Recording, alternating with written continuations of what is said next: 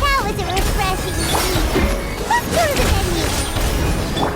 Paimon's really looking forward to hearing everyone's poems. Huh? Looks like we're a few people short today. Morning, friends. Singcho said he wants to take some time and focus on writing poems, so he'll join us later. Noelle has other duties today, so she asked me to tell everyone not to wait up for her. Okay, well, never mind. What about Callie Roy, though? She said she'd be here. I got here really early, but I haven't seen her yet. Are you talking about the girl with the blue hair? I saw her on the bridge near Dihua Marsh during my morning training. She looked a little upset, so I didn't want to disturb her. Upset?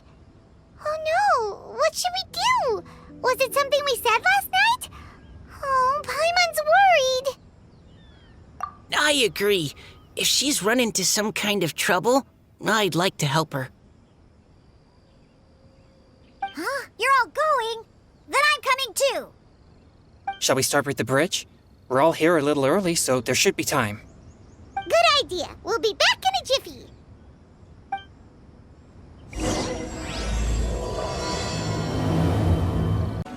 Oh, so this is the place? We ran into her here yesterday, too. She looked like something was weighing on her mind then as well. It's also not far from where we were dropping those leaves. Huh. Leaves? Oh, right. We were so busy matching couplets we forgot to mention.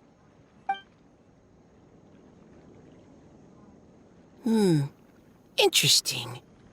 I wonder, could Miss Callie Roy have been the one who wrote that poem on the leaf? What makes you say that?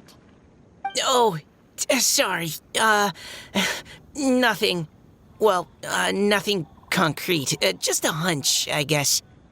It's just, that poem on the leaf kinda gave me the same feeling as when I saw her yesterday. So much sadness. Now that you mention it, this is upstream from where we found the poem. Huh? Hey, look! Over there! Another leaf! Wow, you're right! And this one has writing on it too! After that leaf!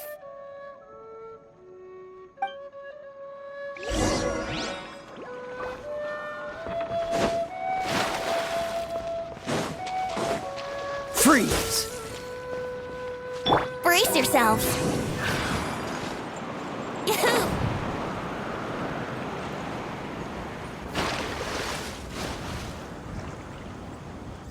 Why does it have to float so quickly?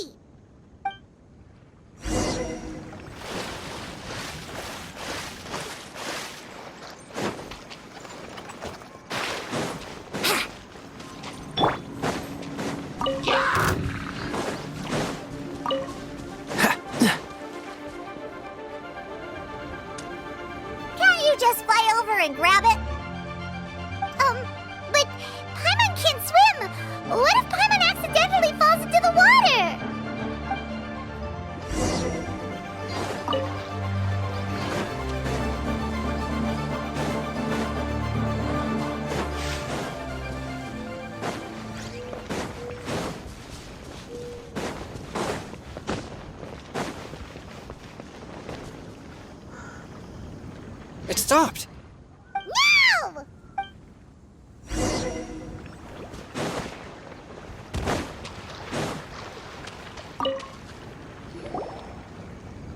Whew.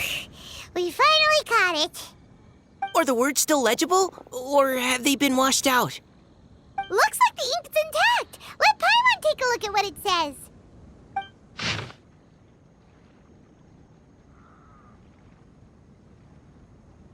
Huh? This is related to the poem we wrote in reply yesterday. She must have picked up one of our leaves. Spring. Young boy. It's looking a lot like Callie Roe was the one who wrote this. She seems to care a lot about that story, huh? Actually, when Paimon first saw her, Paimon was wondering, do you think... is it possible that she's, Based on the current and accounting for wind strength, everyone, please follow me. This should be far enough upstream. Let's split up and search the area. Callie Roe! Callie Roe!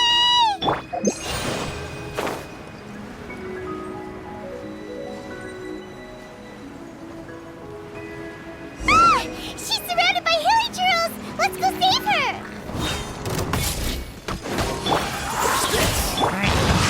Body and mind. Steady us. Let's play!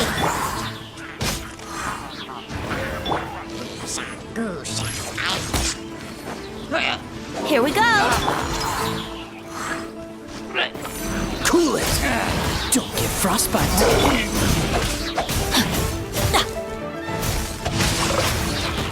Let's play! I must know. Dodge this.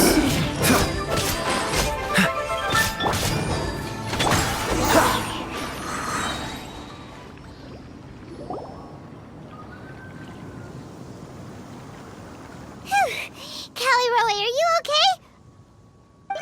What's that? It's a huge water droplet. This is exactly what I saw the other day. Huh? Why are you all looking at me like that? Oh no, my body, is it? That voice is definitely Callie Roy's. How did this happen? Please wait a moment. Oh no, did I use up too much energy? How did you... What's going on here? Miss Callie Roe, are you some kind of adeptus? No, I'm so sorry for deceiving you all for so long. Actually, I'm an Oceanid who flowed here from Fontaine long ago. What's an Oceanid? Ah, the Grandmaster has mentioned them before. The Oceanids were the familiars of the former Hydro Archon. They all fled Fontaine after the Archon died and settled across the world. That's correct. Though, to tell you the truth, I can't even completely recall how I found myself here. I have a vague impression of my ancestral home, but I can't recall clearly anything I saw on my journey. All I know is that by the time I arrived in Mondstadt, I had lost most of my power and couldn't even sustain a physical form. Eventually, I settled in a place called Springvale, where I slowly began to regain my power. Springvale is a serene and beautiful place. The water that flows through there is clear and pure, just like the hearts of the people who dwell there. So you're the Spring Fairy of Springvale? Yes, Diona, and I remember you too, you know. When you were little, you often came to the spring at night to speak with me. Really? You're not messing with me, are ya? I always thought that was just a local legend. Your favorite little pillow, the fish one? Its name is Bubbles, is it not? Yup! All those childhood memories. So they weren't just a dream. So, if this is true, then all those things written on the leaves... I I see. So you were the ones who found my leaf. Well, you are correct. The Spring Fairy and Heart of Clear Springs is me. No wonder you were asking us so many questions about it. So, the boy from the story... Is Finch. I always loved listening to people's dreams, and still do to this day. Whether they're beautiful, sad, or filled with emotions I couldn't understand at the time. One night, a little boy came to the spring. The tears that fell from his face were more fragile than a moonbeam and purer than the morning dew. I like humans and wanted to understand them better. I also wanted to make sense of the feelings contained in his tears that were, then, a mystery to me. Yes, we often met under the stars, sharing our stories with one another. Sometimes, we'd stay up all night and see who would hear the first bird chirping from the boughs, or the first cicada of summer. Aw, that sounds lovely. But one day, just like the book says, I saw an emotion in Finch's eyes that I couldn't reciprocate. I felt out of my depth, in uncharted waters. But I knew all too well that we Lockfolk face a very different fate from that of humans. Whatever was happening, I didn't want it to lead to Finch writing a chapter of his life that he would later come to regret. So, I fled and never appeared before him again. Oh, Callie Roy. My strength returns very slowly, and even after decades, I can only sustain a physical form for a very short time. I once hoped that Finch would be able to move on and meet me when the stars in the night sky have all gone out. But after seeing so many people's stories and hearing about all their dreams, I have gradually come to understand Finch's heart. This feeling of wanting to respond to his feelings is surging relentlessly in my chest, and I can no longer restrain it. But I'm also scared. Scared that if I go and see him now, I'll bring nothing but disappointment and even more pain when it comes time to part. Oh. It really is a difficult choice. Please go see him. Huh? I know Grandpa Finch, and he's a really kind person. When I was struggling to learn how to draw maps, he was always encouraging me, telling me not to give up, always keep trying, and get out there and have some adventures. He often tells me stories about his past, but I've never once seen a look of regret or sadness in his face. And even though Grandpa Finch loves adventures, he still stands there by the spring every day, as if he's waiting for something. I believe that he's serious about his feelings for you, Miss Callie Roy. He's never stopped hoping that he'll see you again one day. So if you want to see him too, then what are you waiting for?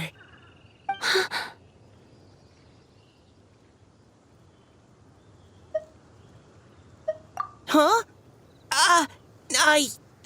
Oh, sorry.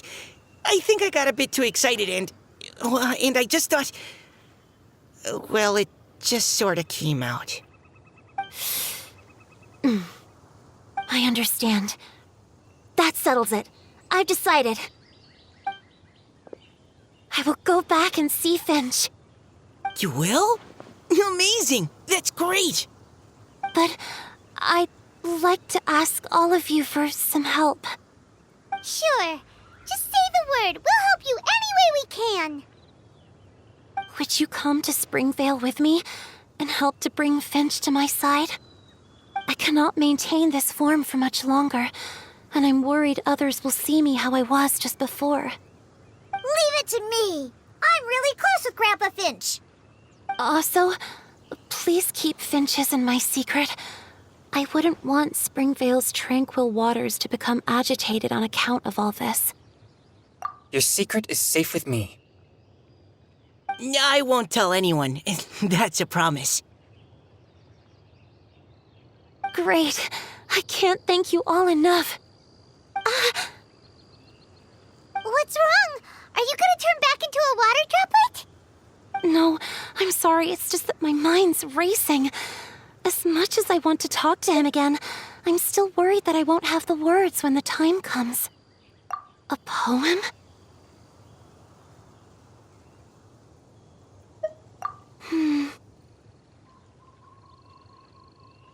Okay, good idea. I'll write him a poem. And it will be called Heart of Clear Springs.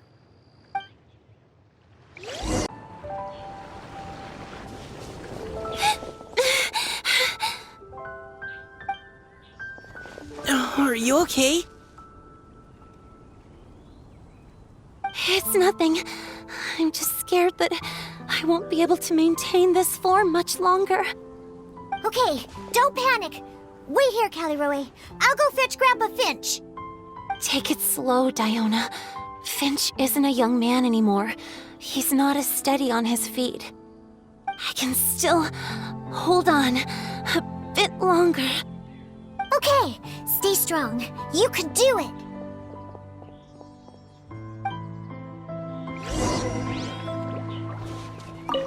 How are you holding up? Would you like some support, Miss Caliroe? You can also lean on Paimon if you need. Thank you, all of you. How are you holding up? You can also lean on... Thank you. Grandpa Finch! Is that Diona? You're back early today. Today's your special day, Grandpa Finch. Can you come with me? Oh? Well, where are we going? Over there, to the waterfall. Did you catch a nice little fishy? Just come with me already. This is extremely important. But I promised your father that I'd go to the... Grandpa Finch! All right, all right. No need to get worked up. I'm right behind you. That's more like it. Now come on, I'll help you. Draft's daughter is just like him when she's on a mission.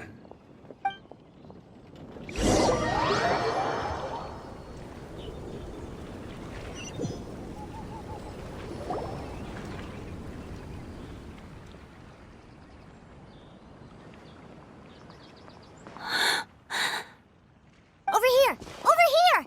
It's okay, Grandpa Finch. Take your time. What's all this? What are all these people doing here? Even Mika's here? How's work been going lately? And even some friends from abroad, if I'm not mistaken. You do know that today's not my birthday, don't you? Greetings, Mr. Finch. My name is Chong Yoon. We all met at the poetry gala, and... well, there's someone we'd like to introduce you to. Finch. That voice. Caliroe. I didn't think you'd still remember. Oh, I remember. I remember all right. How could I ever forget? Although your appearance is different than I recall.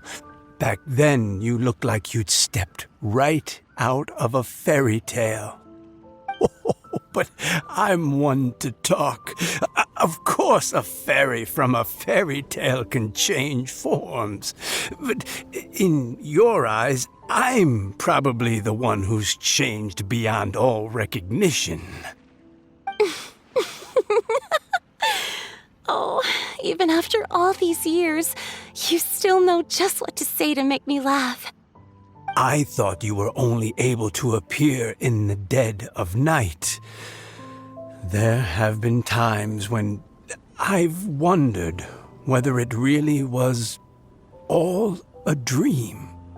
I'm sorry I kept you waiting for so long, Finch. Oh, it can't have been that long. It's been but the blink of an eye, really. Finch, would you like to hear a poem I wrote for you? A poem? You write poetry now? Well, of course. I'd be delighted to listen. I'll hang on every word that leaves your lips. In that case, let me read you a story about the Spring Fairy.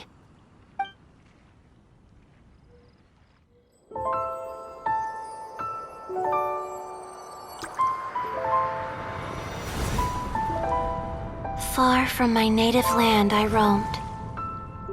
In streams I slept, many seasons I met as the sun set and rose. I searched for a garden to call a home, and the moonlight ebbed as the water flowed. A soft breeze beckoned me unto a spring. Sleep, weary wanderer, your journey is over. May the dancing petals sweeten your slumber. At dawn, I hummed the melody of a distant stream, and the songs in the night serenaded my dreams. A boy's tender tears trembled through the water, stirring me more than any starlight sonata. He wove me a wreath from past petals and future buds.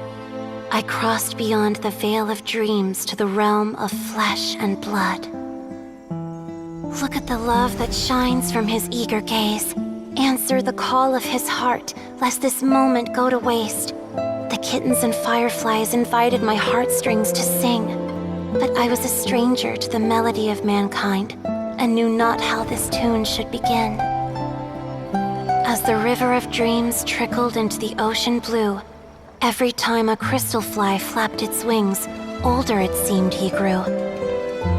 But I learned to fathom human ways each stumbling step I took, and clouds of confusion became crystal clear in the vulnerable verse I wrote. As seed yearns for soil and trees for the sun, a once foreign melody inside my heart sung, and it cried out your name on every string it could strum. Now I give my dream to you. May it be in your slumber a sweet spring to quench your thirst. Now, I hand my heart to you, praying my belated promise might meet, still with your trust.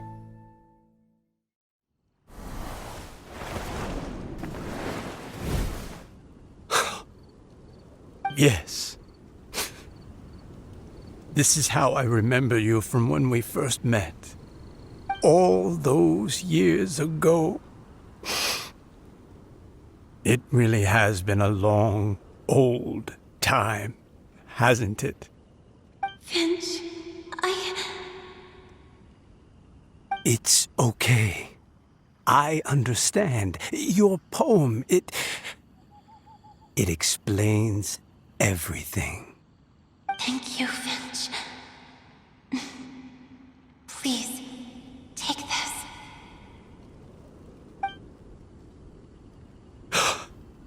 It's so beautiful. This is a droplet of water condensed from my own power. Finch, I don't have a physical form like humans, and I can't stay by your side. I don't know how long it'll be before I can change back into human form again. But as long as this droplet remains with you, our hearts will always be connected, no matter the distance between us. I will always be one with the spring. From this day onwards, if you call me, I will meet you in your dreams.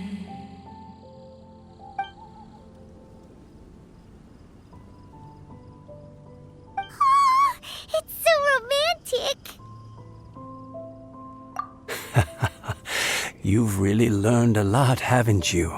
And you don't even mind that the kids are watching. Does it bother you? How could it possibly? This is the happiest moment of my life. I just worry that once I go to sleep, I won't ever want to wake up again. Huh? Don't say that. I'm only joking. It seems that you still have much to learn. Is that right? Grandpa Finch and Kelly Rowie look so happy. Oh, what a perfect moment. Diona, thank you for fetching Finch for me. I've never forgotten you either. I used to chat with you a lot. Wasn't it ever annoying? Of course not. You are one of the truest friends I have in the entire world. That's why I gave you your gift, so that a part of me could always be with you. Huh? Wait. So is Diona's ability to mix delicious drinks from disgusting ingredients a blessing from this water spirit? And if so, is it also possible that my pure yang spirit is a gift from some being?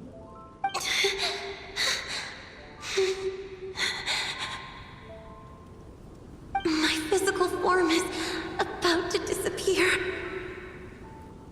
Finch, Yes? I've never regretted meeting you or deciding to talk to you that night. Not once. All these long years.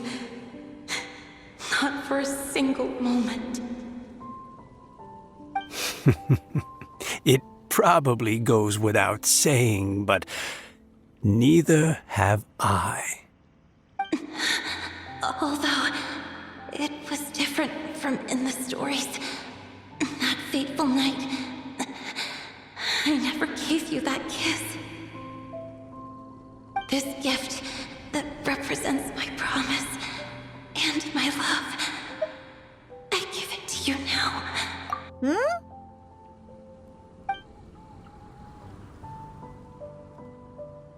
It's okay, everyone.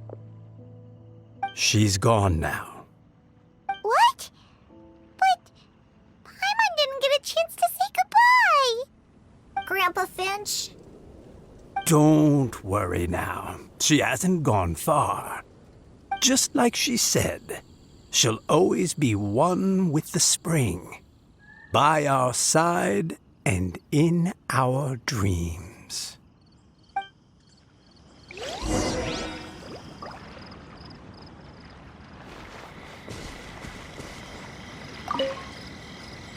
Oh, child.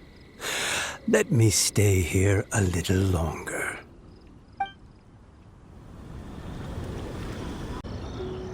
Oh? Hey, you're all back! And it looks like you're in much better spirits than before. Hu-Tao's a step ahead. She's already talking about printing a poetry anthology. She said she can't wait for everyone's final words because I'm itching to pull the trigger. By which I assume she meant she eagerly anticipates receiving everyone's freestyle poetry submissions to help her close the deal. Where have you all been? I've been waiting here forever.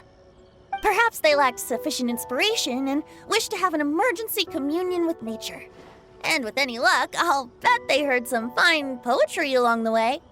Tone deaf, Bard! Does this mean that right from the start you... right from the start, you said you would treat us to a nice meal! Huh? Did I? Very well. Since the Traveler agrees, then it looks like I can't escape this time. Diona! Dear Diona, could I trouble you to fix us a couple of your delicious beverages? You wish. All right. Well, normally I'd never agree, but Since I happen to be in a good mood today. Huh? So, just what have you guys been up to all this time? Why does it feel like there are some unspoken words hanging in the air here that everyone is privy to but myself? Really? Must be the breeze. You're reading way too much into it. Yeah, that's right. We're just, taking a walk. Inspiration walk, since it worked so well last time. So even Mika's in on it? Chongyun, how about you tell me what happened on the sly? I've just remembered that I heard about a haunted house recently that you'll definitely want to check out. I'm willing to bet that even your pure Yang spirit won't be able to scare off these demons. I appreciate the gesture, but no thanks. Not this time. And I'm starting to think that maybe this pure Yang spirit isn't such a bad thing after all. Huh? What the? What's gotten into you? Okay, that confirms it. I call shenanigans. Something big definitely went down here.